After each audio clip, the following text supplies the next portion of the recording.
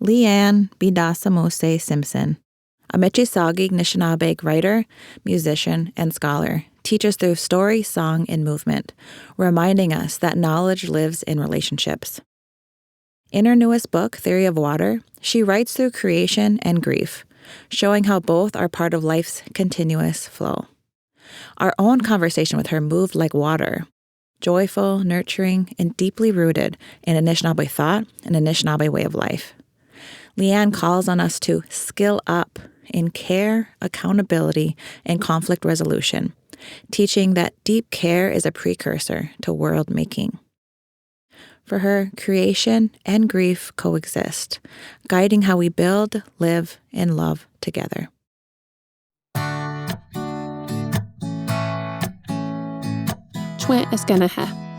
Bonjour.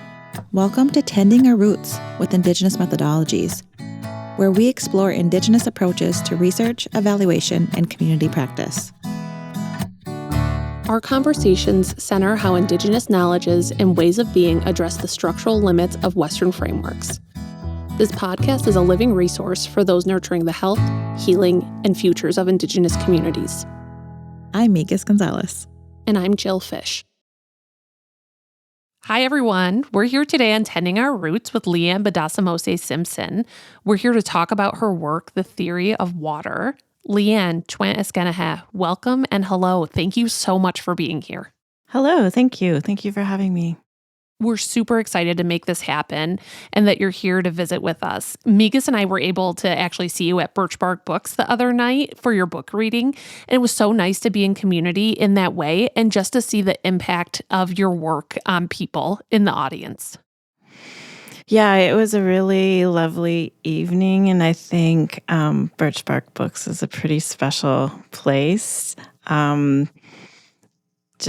don't know that I've been to another Anishinaabe bookstore, and so there's just such a wealth of knowledge in those walls. And as a reader and a writer, I really love that. And then it was nice to be with Anishinaabe people in the audience. That was a really special thing too. So yeah, it was a lovely evening. I was really grateful to be there.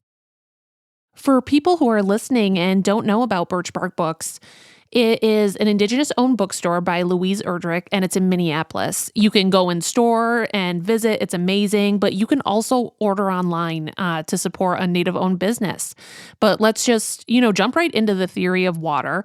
I've been reading it over the past several months, and I really, really love it. There's several ideas that really resonated with me. Shorelines as sites of relationality, the process of centering. But really, it was this theme of grief and loss that I think so many of us can relate to about people, place, space, and also the environment. There was also grief about your relationship with Doug Williams, and you share his telling of the creation story. It's woven so deeply throughout the book. Could you share about the role that relationship plays in the heart of The Theory of Water? Sure. I've been hanging out with Doug for 25 years. We were really, really great friends. We did a lot of land-based activities together. We were in a sugar bush. We used to hunt in the fall. We harvested wild rice. We trapped muskrats. We often taught together at Trent University with a land-based PhD course. And we were very, very good friends. And so in all of my work, actually, that relationship, I think, appears from Dancing on Our Turtle's Back to Theory of Water. We had kind of the same sense of humor, the same politics, and I learned a tremendous amount of Anishinaabe knowledge from him over the years. He was a fantastic storyteller and historian. He was a ceremonial leader. And while I was writing Theory of Water, he passed into the spirit world. He lived till he was 80 years old, which is pretty spectacular. And so he knew I was writing the book, and I had helped him write his book where he felt it was really important to start his book with this specific version of one of our origin or creation stories. And so that, I think, set the book up because I wanted to ground it in Michi Saagiig Nishnaabeg theory. And I had heard Doug tell this story orally over and over. I'd helped him write it down. I had started to sort of tell it to first my kids and in ceremony. And I really had thought deeply about the story for a number of years. And it became this anchor, I think. I think for me, stories, particularly origin stories and our sacred stories, are codes. They encode our Anishinaabe intellectual practices. They are the original instructions for how to weave ourselves into the environment. They're meant to be seeds that you carry through your life and you have a relationship with, to find meaning and to make meaning. And so it made a lot of sense to start the book with that story. And then as I'm thinking of these other ideas and developing the kind of narrative threads of the book, of course, the origin story keeps echoing back. And so that, I think, was really important. I think the origin story was also really resonating for me at the time because I was grieving, and there is grief in this origin story, which we don't often associate with creation and origin. There's struggle. There's a coming together to try to make something that doesn't work out the first few times. So I think that there's that thread of my relationship with this elder. There's a thread of grief, and there's these echoing backs to the origin story. So Michi Saagiig Nishnaabeg territory, and Doug used to call our territory Kina Gachi Anishinaabe Ogaming, the place where we all live and work together, is roughly the north shore of Lake Ontario. So it's a place where there's two ecosystems that are overlapping: the Great Lakes, St. Lawrence lowlands, and then also the Canadian Shield moving up into the boreal forest. And so because of those two ecosystems overlapping, there's an abundance of species and biodiversity. We also share an overlap territory with the Haudenosaunee Confederacy and with the Wendat. And so there's rich traditions of how these areas of overlap mean increased diplomacy, increased presence in terms of our relationality, our political relationality to other nations. The shore is one of the spots where Anishinaabe people learn about that, because the shore is a place, a liminal place, that's made up of the sky world and the land and the water world. And so one of my friends and colleagues, Madeline Wheatung, who's from Curve Lake First Nation and a professor at Toronto Metropolitan University, in her dissertation, she writes about how it's at the shore where we learn things like consent and accountability, those skills that we need to live and work in places of overlap. And so in the book, I talk a lot about shorelines. One of the shores that I use is a dust particle that is falling from the sky world. It meets water. They form these arms of crystals and then fall from the sky world to the land as snowflakes.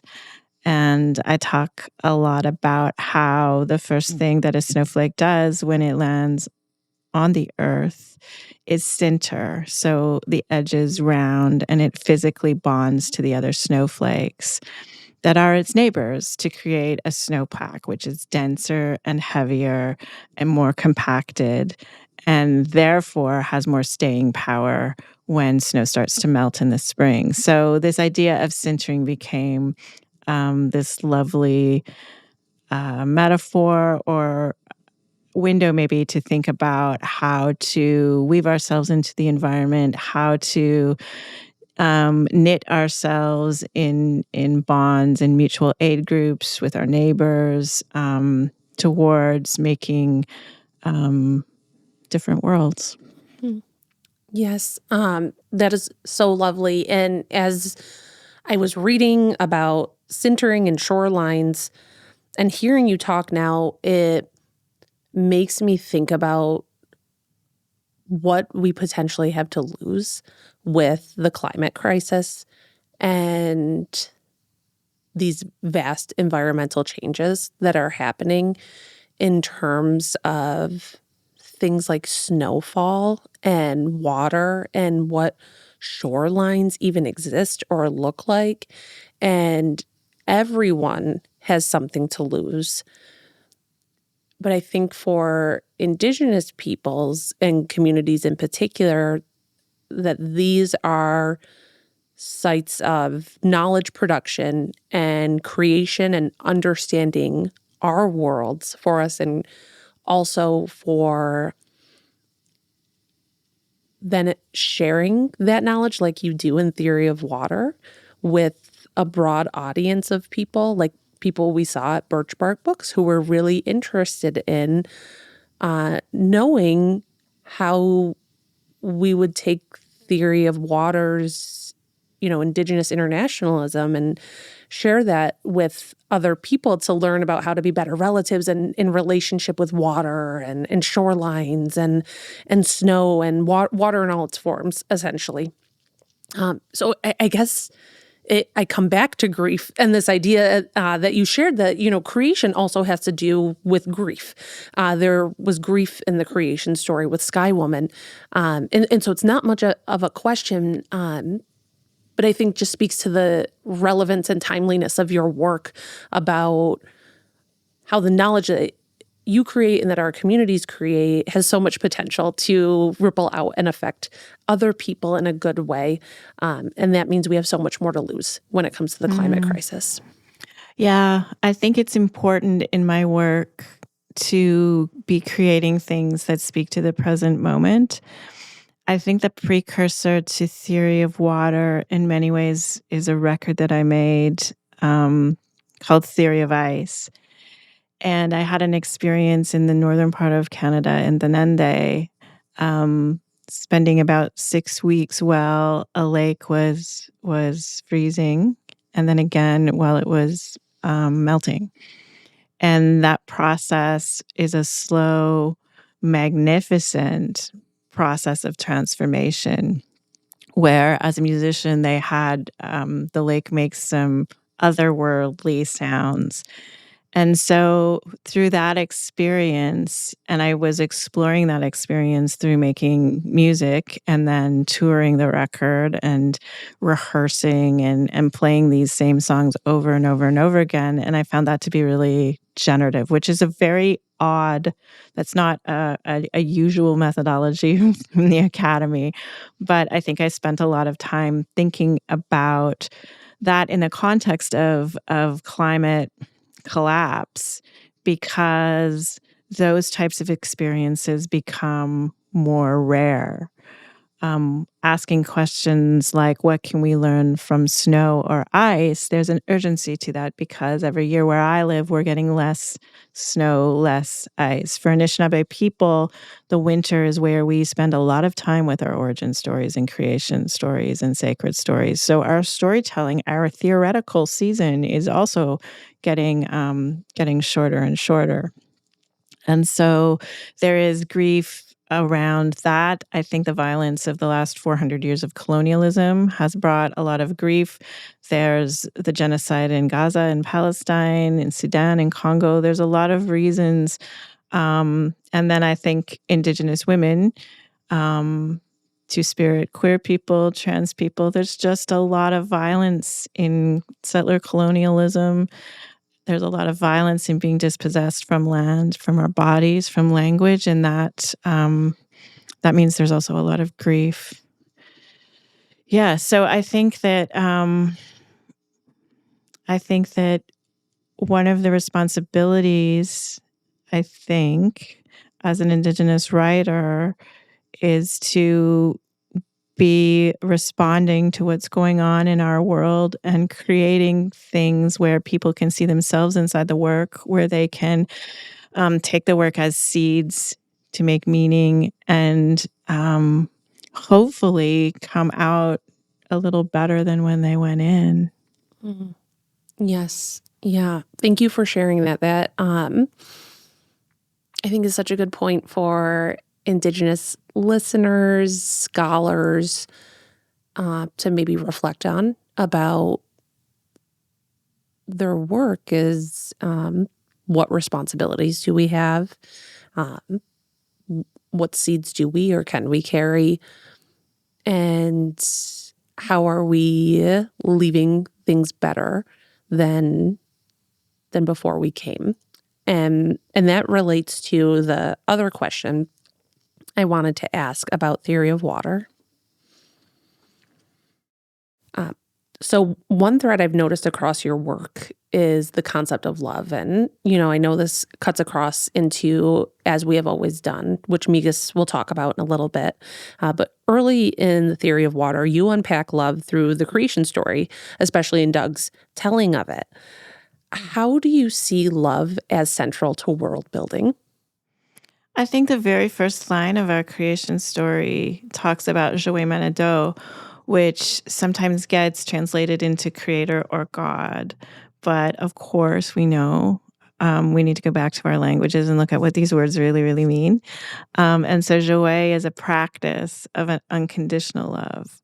So it's not necessarily the emotional, romantic love. It's the kind of love that you have for your kids or for your parents, for your community, for the land. And this being is the one that loves us no matter what. And so by starting the story there, I understand that practices of deep care for ourselves, for our family, for our community, for our nation, for our neighbors, for the land and the water is the precursor to making a world. So it tells me that taking care of each other is an incredibly generative and important act in terms of world making. And that's something that seems to be quite different. I think of our systems of governance and our politics as actually systems of care. We're thinking about how can we take care of each other and make sure that we are in deep relationships with other people. And we often say in a good way. That means that we're making sure that people's material and spiritual needs are being met. And I think in theory of water, there's a point where I talk about these philosophical practices of Anawendowin and Wawiayuk, which are the spiritual and material strands that connect us like an umbilical cord to our parent, to the earth. And then also there is a practice of circularity or renewal in that. And so that brings kind of this massive project of world making really back to how I live in the world and how I interact with the species and the people that I share my time and space with on a daily kind of way. And I found that to be really profound.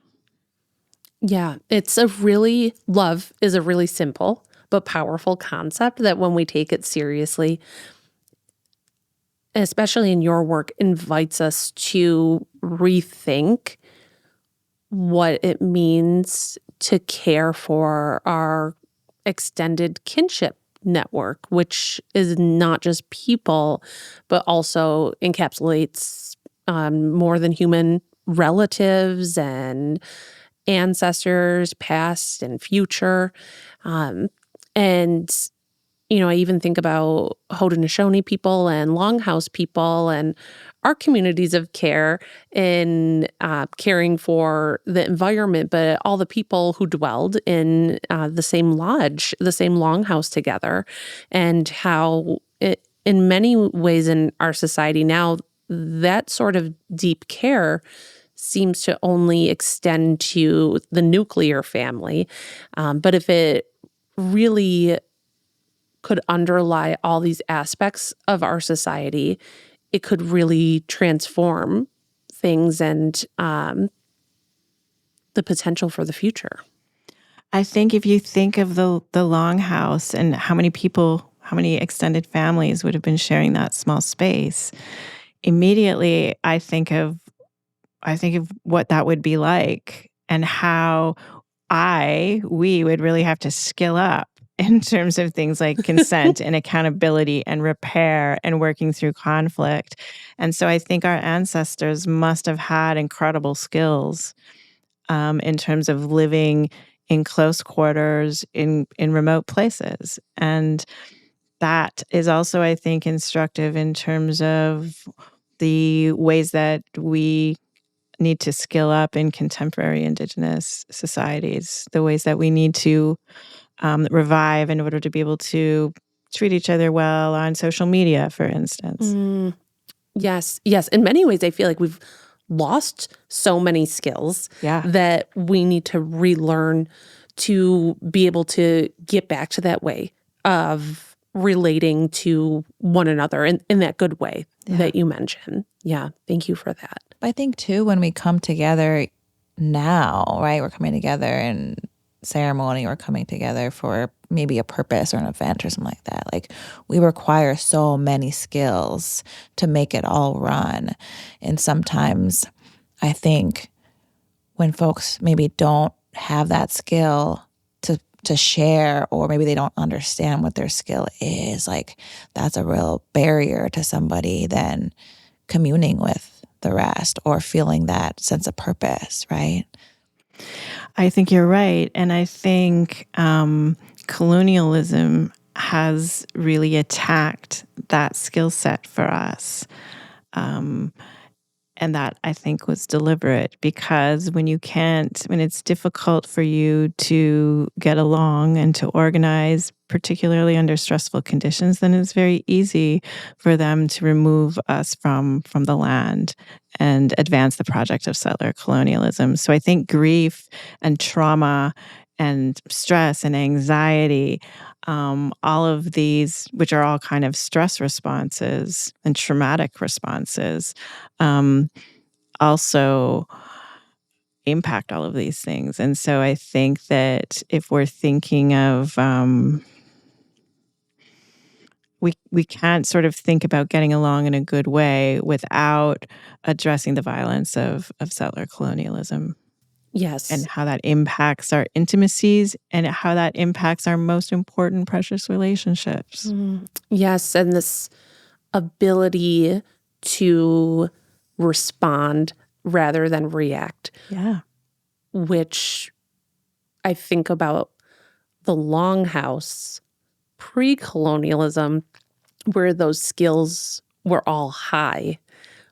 We had not endured centuries of violence yet.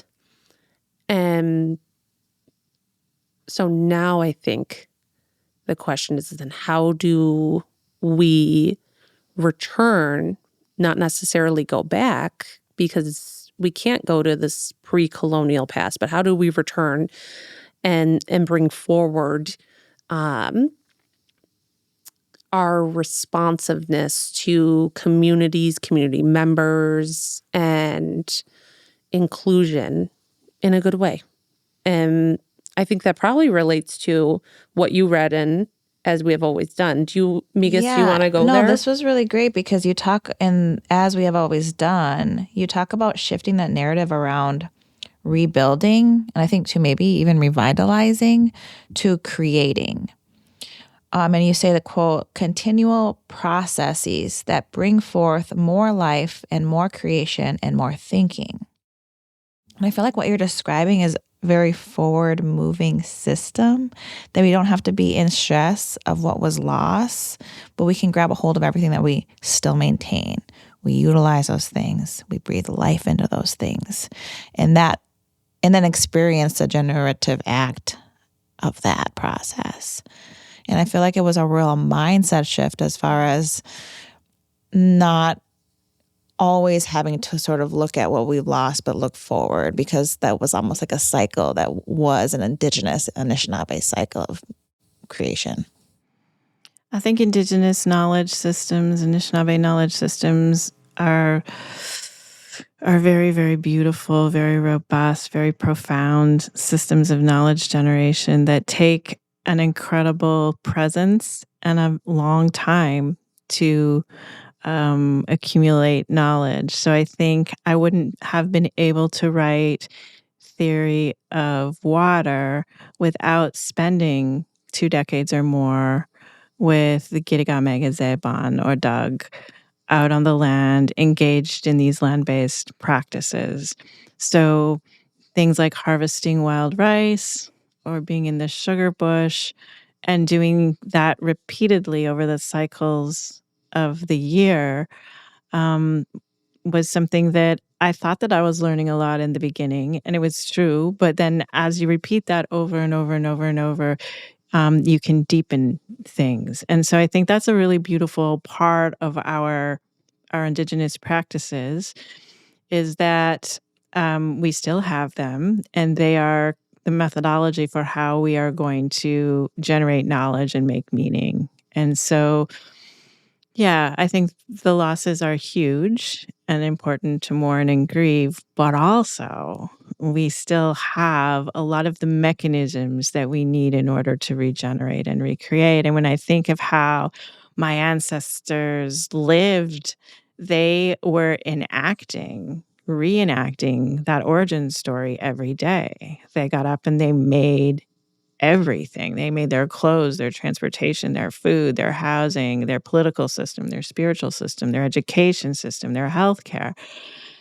They didn't rely on institutions. Every day, communally, people had to get up and camp and make all of those things, or they didn't exist. And because of that, they were all creators and all makers, and all sort of tapping into those practices that are repeated throughout the seasonal cycle in order to generate knowledge. And I think that we also have opportunities to be able to do that same thing.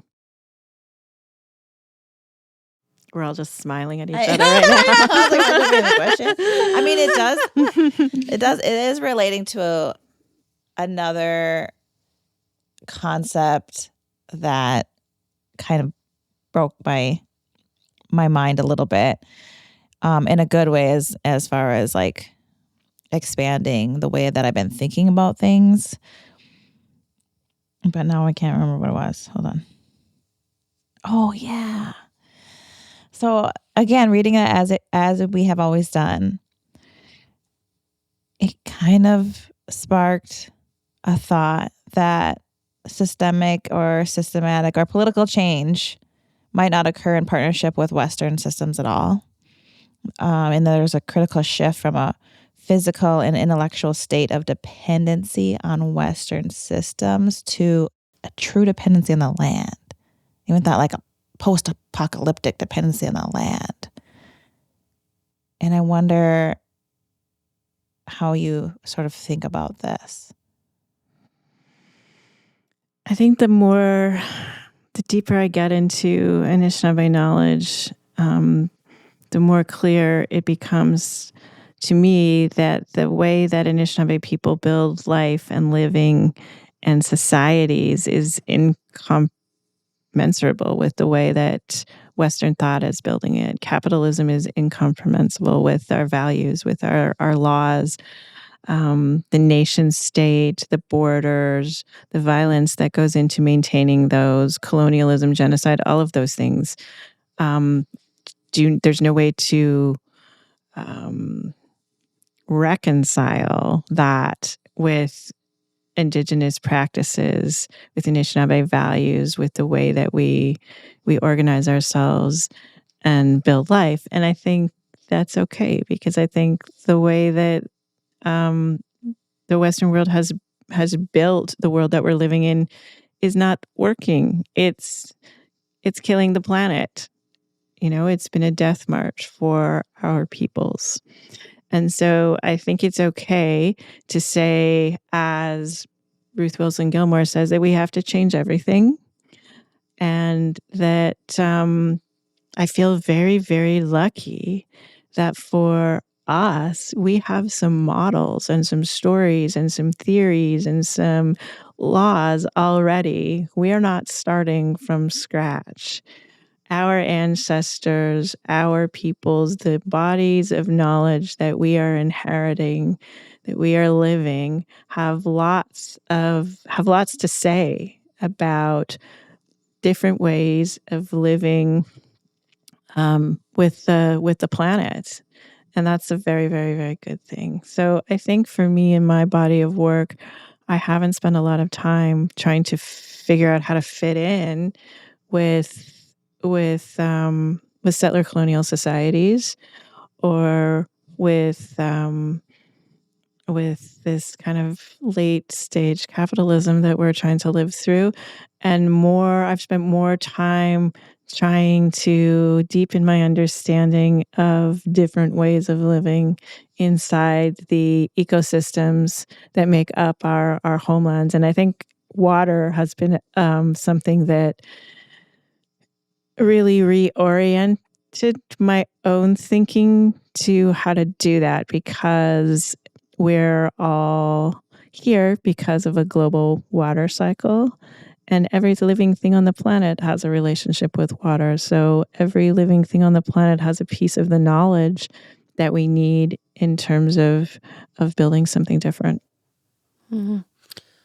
That makes me think of a question not related to either of those works, but more about your role as an independent scholar, which I think many Indigenous folks would be interested in knowing more about, because, as Migas just asked about, from As We Have Always Done, that, political change might not occur in partnership with Western systems.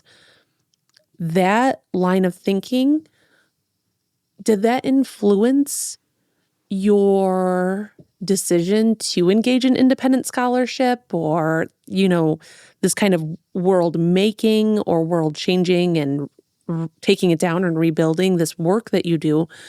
How did you conceive of your work in relationship to these Western systems?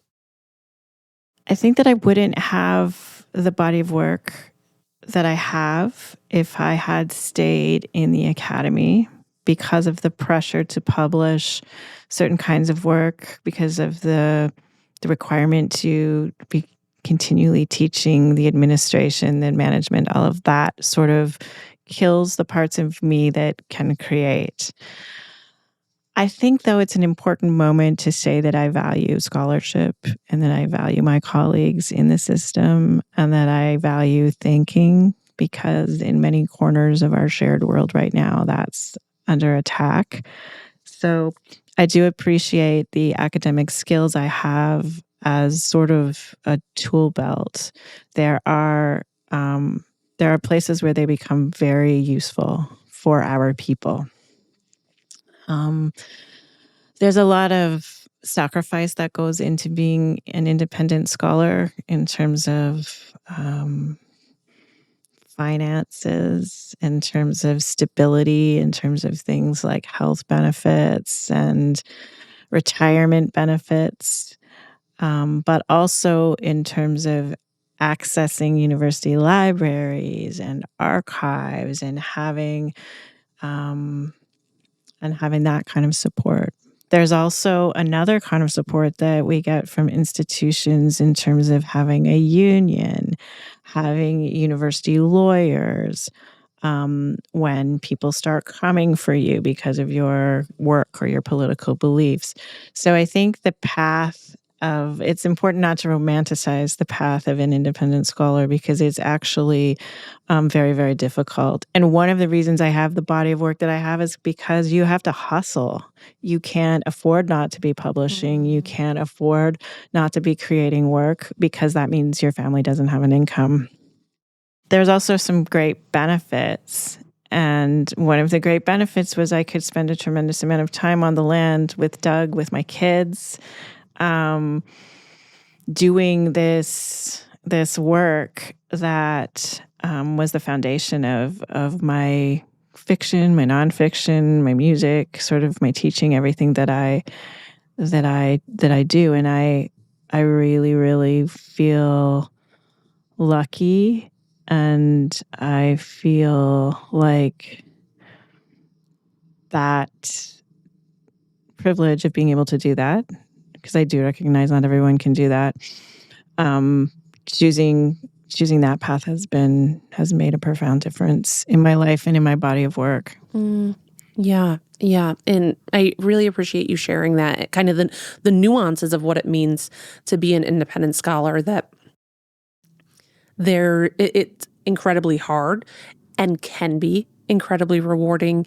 And not everyone is able to take that path because, like you mentioned, there's so many benefits actually to being associated with an institution that can be really, that can be impossible for some to give up depending on circumstances. And I think many of those circumstances for Native or Indigenous people can sometimes go back to colonialism and the position we find ourselves in now to have to engage in this kind of society, the kind of things that we need to be able to maintain our lives and our living. You mentioned this work on the land, and that makes me think of some of the work that you do at Dechinta. Migas, do you want to ask that question about Dechinta? At Dechinta, you're part of a community that teaches and learns on the land itself. How does that kind of land-based education embody the sort of move away from making Indigenous knowledge known towards liberation, and instead create space for Indigenous knowledge to live, breathe, and transform within community? So I work at the Dechinta Center for Research and Learning, which is an Indigenous-led, land-based post-secondary education in the north of Canada. So we have programming in Rankin Inlet and Nunavut, all over the Northwest Territories. So we have some programs in the Beaufort Delta region and also the Yellowknives Dene region, and we also work in the Yukon. And I think for me, we are holding space and creating space on the land for Northern Indigenous students to connect with elders.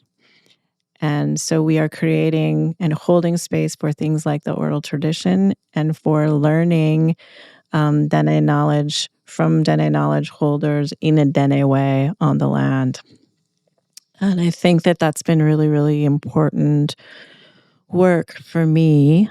The idea, what we do is we take about 10 Northern Indigenous students out on the land with a group of elders we used to do it for 6 weeks, and now we're doing it for a couple of weeks at a time. We spend a large amount of time engaged in land-based practice. So we do a lot of hide tanning camps. We've done hunting. We've set nets and make dry fish. We often do a lot of sewing and making in the evenings, medicine making, all the kinds of things that make up Dene life. And then we spend another part of the day with people like me, sort of deepening our understandings around Indigenous knowledge, talking about colonialism, talking about decolonization, engaging it with some of the Indigenous studies sort of curriculum. And students can earn 5 university credits from the University of British Columbia. We found that the biggest barrier to post-secondary education for Indigenous women in the North was childcare. So everyone brings their kids. And we provide a Gadzia childcare land-based program. So if we're out fishing the nets, everyone will go together. And then when we're doing the boring stuff in the classroom, around the fire, the kids will kind of go to their own program. We try to funnel as much money as we can into communities. We have a harvesters program where we hire harvesters to fill up community freezers and distribute meat into the community. And so we're doing post-secondary education in a very, very different way, one that foregrounds, I think, care. So we try and provide as much support to our students as possible. So we have bursaries for tuition. We provide all the meals. We provide the accommodation. It's not fancy. It's in canvas tents or in cabins. Childcare, wellness support, so that students can come and be able to just sort of immerse themselves in this environment and focus on learning directly from the elders. And we always have lots of talk about curriculum and about the course syllabi and all of this sort of stuff because we are accredited. But I always take the approach that I think the most important thing that I can do is get kind of out of the way, because our knowledge system is relational. So students need to establish relationships with the elders. Those relationships need to deepen over time. One of my roles is to sort of support students into transitioning from high school or for a university program where there's a very specific way that you learn to, if you want to learn from elders, you have to be present. There's a role for humor. You're developing a relationship with somebody. You might end up having to chop a lot of firewood or sweep their floors. There's talking about reciprocity, talking about how elders tell stories and share knowledge. And I think that is a really beautiful way of transferring the knowledge, the embodied knowledge that elders have into this next generation, teaching students to be very present, to be watching how elders move through the day, how they solve problems. And I always think back to this one elder whose name was Charlie, and we were working on Mackenzie Island in the fall, and we had a student come who had just this beautiful kind of 9-month-old baby and also some mobility issues that we weren't aware of before they got there. And so she was really, really strong and resilient, but also struggling over these rocks and paths, and it wasn't the most accessible site. And so the first day, she was struggling with the baby to get up to the teaching tent, and so I was helping her, and I saw Charlie. He was just sipping on some tea, sitting on the deck. The next day, when we got to the classroom tent, he had built a step up. There was no meeting. No one assigned him that job. He sat there very quietly and saw a problem and knew how he could contribute. And so he gave of himself to make something better. There was no words ever exchanged from any of us. And you would miss that if you didn't know what to look for. Right? So it's about, I think, making sure that our students have the ability to see somebody working in this system of profound care based on Dene law and starting to learn how to reenact that system and embody that system for themselves. And so I think the other thing that we talked about at the beginning of the podcast is just how colonialism has taken a lot of our skills through trauma of how to treat each other well and how to solve problems together. Well, when you're living in a remote location in canvas tents in all kinds of weather with a lot of kids and elders, there's a lot of opportunity to practice that. There's a lot of, it's not easy to cook for 30 people in the bush. You have to get a lot of water. There's a lot of hauling water. There's a lot of chopping firewood. There's a lot of childcare. There's a lot of work. Like our ancestors were in very good shape and they worked very, very hard. And that can be kind of a shock for us coming from modern life. And so inevitably, things start out really, really well. And then through the second week, a group of people will not be pulling their whole weight. That will make another group of people feel a lot of resentment. Then there starts to be tensions. Then we're also kind of trying to unpack colonialism. And so that's pretty heavy. And then there starts to be fights. And then we have to figure out how to move through conflict and how to repair and what to do, how to handle your emotions, how to regulate. Because when you're a close community and somebody's really angry or really upset, you can harm the community really, really quickly. The whole thing can fall apart really, really fast. So it becomes really clear really early on. The land sort of puts in front of you the skills that you need to develop. And I think the real work of that is not necessarily the intellectual work we're doing. It's this embodied how you live it, and how you live it with people that are irritating you in a stressful situation, right? And I think that becomes the actual curriculum. What an amazing experience for those students. I really like you didn't intend for it to be intergenerational, but it became intergenerational. I love that. Because I think there's like you talk about the skilling up, it's like, well, we need more actual community spaces to figure out what those holes are in our skill sets. I think that multi-generational part of it is, I mean, it's ridiculously hard to fund. It's logistically hard to pull off. But the elders were really, they love it. And they were really insistent on it. Like, we learn together as families. The kids need to be there. In my culture, which is different than Dene culture, children are teachers. I've found it to be incredibly healing for elders who are residential school survivors to be in this environment, in this like beautiful, nurturing environment on the land with kids, laughing and joking, because it's the counterpoint to what they experienced in residential school. Mm-hmm. I do feel too like it.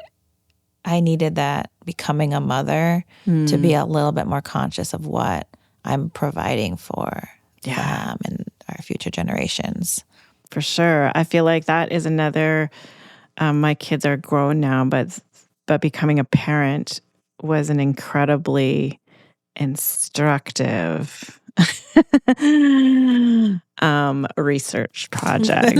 I remember when my first child was born, I was wanting to do research on treaties, and I ran into an Anishinaabe elder, Edna Manitowabi, and she was asking me how it was going. And I'm like, I'm so frustrated. I can't get to my important intellectual work because I'm like breastfeeding this kid every 20 minutes, night and day. And she was like, well, what do you think breastfeeding's about? Like, isn't that a treaty? Isn't that how we learn about treaties, that sharing? And I was like, oh. And she was like, maybe you just need to really sink into what you're doing and stop worrying about like all your important academic work, and maybe just be a parent right now. And that was really, really, really great advice. Yeah. But also advice that would be very difficult to write into a grant proposal at a university, right? Yeah. But what a good example of world making based off love is becoming a mother and a parent. Yeah. Leanne, it was so lovely to visit with you today. Oh my goodness, it's over already. I know. It's like, don't want it to be over. Thank you so much for having me. It was a wonderful conversation. Yeah. Nyawa. Miigwech. Miigwech Gigid. You have been listening to Tending Our Roots with Indigenous Methodologies. We are your hosts, Jill Fish, Tuscarora Nation. And Migas Gonzalez, Lucudere Ojibwe. This podcast was funded by the Robert Wood Johnson Foundation and supported by the Circle P50 Center of Excellence, funded through the National Institute on Drug Abuse of the National Institutes of Health. The content is solely the responsibility of the hosts and their guests and does not necessarily represent the official views of their funders. Production of this season was made possible by solar-powered studios in what is now known as St. Paul, Minnesota, on Dakota homelands. Podcast artwork was completed by Marlena Miles, a Spirit Lake, Dakota, Mohegan, and Muskogee artist. Our theme song, Best of Me, is used with the permission of Anishinaabe and First Nations singer-songwriter Leonard Sumner. You can find more detailed information in our show notes. Miigwech for listening. Nyawet. If you'd seen the dark that I've seen and the struggle, you wouldn't walk another mile alone.